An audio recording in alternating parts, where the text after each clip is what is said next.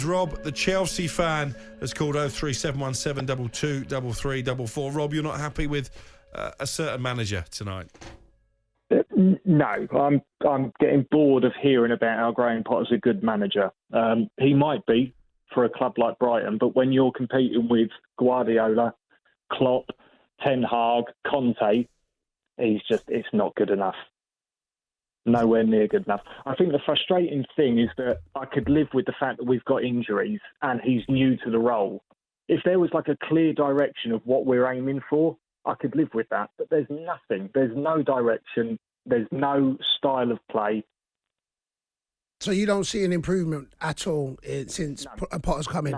No. And that first 9 games where he was unbeaten, that was papering over the cracks massively, because at no point in any of those 9 games did we perform.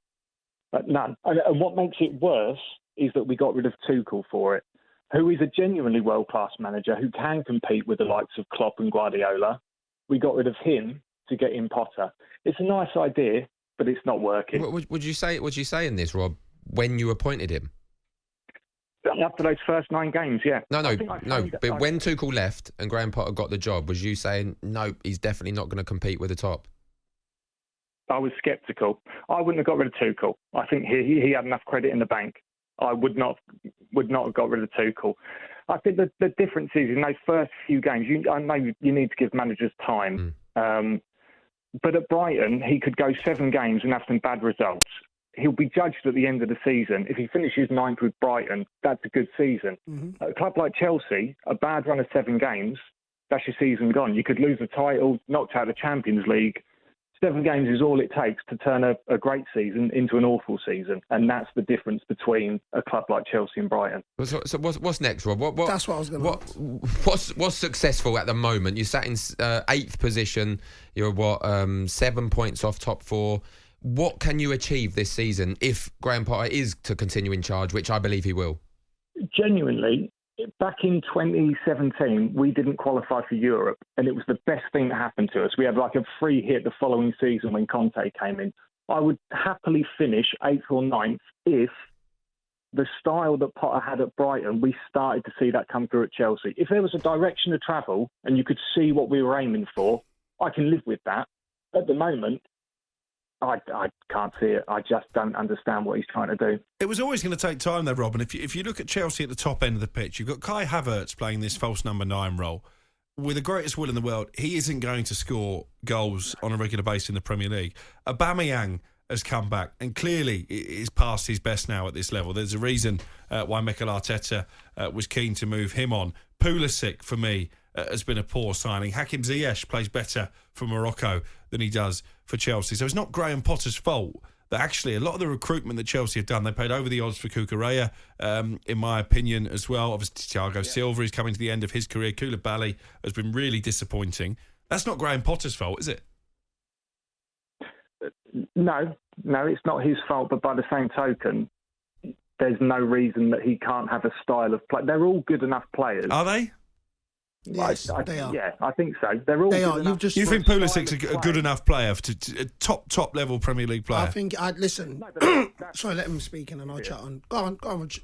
Say your Go on, Rob. Go on, Rob. Because we're not talking about them being top level players to necessarily be world class. We're talking about they are good enough players that a good enough manager with a style of play, they will conform to it. If you were to give, I think the squad's poor.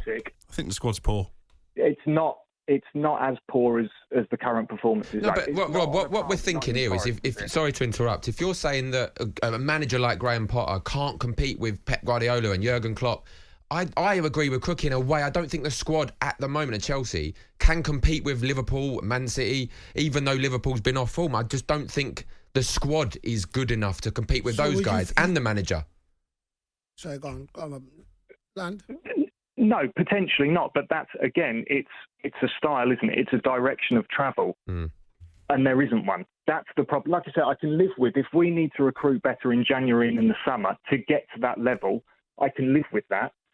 But there's no evidence that we're moving towards that style that means we will compete even with better players.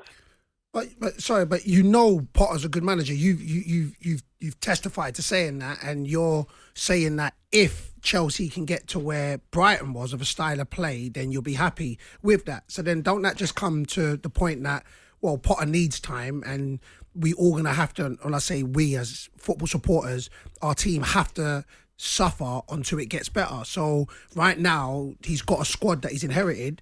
You give him time and he brings in a couple transfer windows, he brings in his players to play the style of football that you know he can play, then like you said, you would be in a position where you'd be more happy. Yeah, but by that point I don't think you can give a club like Chelsea a couple of transfer windows.